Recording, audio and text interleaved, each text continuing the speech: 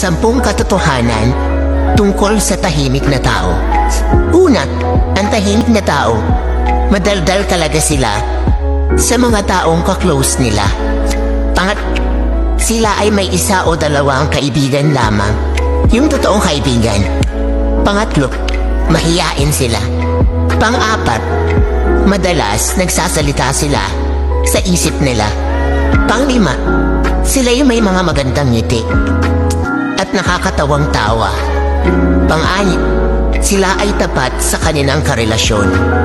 Pang-7, sila ay mapagmatsyag sa lahat ng sitwasyon. Pang-8, tahimik sila pero iba humagalit. Kaya wag mong gagalitin. Pang-7, sinasarili nila ang nararamdaman nila kahit nasasaktan na sila. Pang-10, pag sila nakilala mo ng lubusan at maging komportable sila sa'yo, doon nila ipapakita ang totoong sila.